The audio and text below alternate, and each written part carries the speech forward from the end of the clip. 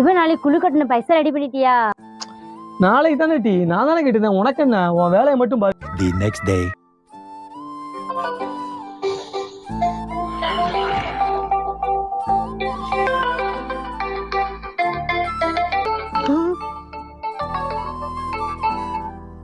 Hello Anand, இன்னைக்கு குழு கட்டணம் பைசா கொண்டு வா ஆனந்த்.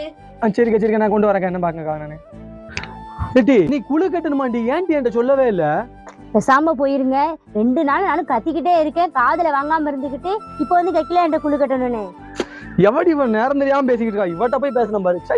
ஆமாங்க, அப்படி நான் ஜிலு எங்க போச்சோன்னா நம்ம திருநெல்வேலி ஜங்ஷனுக்கு ஆப்போசிட்ல இருக்க ஸ்ரீ காஞ்சிபுரம் பட்டு சென்டருக்கு தான் போச்சோன்னேன். உங்களோட பழைய பட்டு புடவை எந்த கண்டிஷன்ல இருந்தாலும் இவங்களே நல்ல விலைக்கு வாங்கிக்கிறாங்க. இந்த மாதிரி வெள்ளை கலர்ல வர்றதெல்லாம் வெள்ளி சரிகைன்னும், சிவப்பு கலர்ல வர்றதெல்லாம் செம்பு சரிகைன்னு சொன்னாங்க. ஜில்லு கொண்டு போனது வெள்ளி சரிகை சாரியும் செம்பு சரிகை சாரியும் ரெண்டும் சேர்ந்த மிக்சிங் சாரியும் எடுத்துட்டு போயிருக்காங்க. இந்த 4 சாரிக்கு கிட்டத்தட்ட 12,000 ரூபாய் காசு கொடுத்துருக்காங்க. முக்கியமான விஷயம், நீங்க கொண்டு போற சாரிக்கான காசு மட்டும் இல்லாம கூடவே வெள்ளி கொலுசும் ஃப்ரீயா கொடுக்காங்க. அப்புறம் இவங்க பழைய பட்டு சாரி மட்டும் இல்லாம பழைய வெள்ளி பொருட்களுமே இன்னைக்கு ரேட்டுக்கு நல்ல விலைக்கு வாங்கிக்கிறாங்க. சோ அதனால உங்க வீட்டுல பழைய பட்டு சாரியோ பழைய வெள்ளி பொருட்களோ இருந்தா இங்க கொடுத்து காசா மாத்திக்கோங்க. அப்புறம் இவங்களுக்கு திருநெல்வேலி மட்டும் இல்லாம மதுரை, தூத்துக்குடி, நாகர்கோவில், சேலம், திருச்சி, நாமக்கல், கோயம்புத்தூர்னு எல்லா இடத்துலயுமே பிரான்ச்சஸ் இருக்கு. மோர் டீடைல்ஸ்க்கு இந்த நம்பரை கான்டாக்ட் பண்ணிக்கோங்க. இந்த ஐடியா செக் பண்ணிக்கோங்க.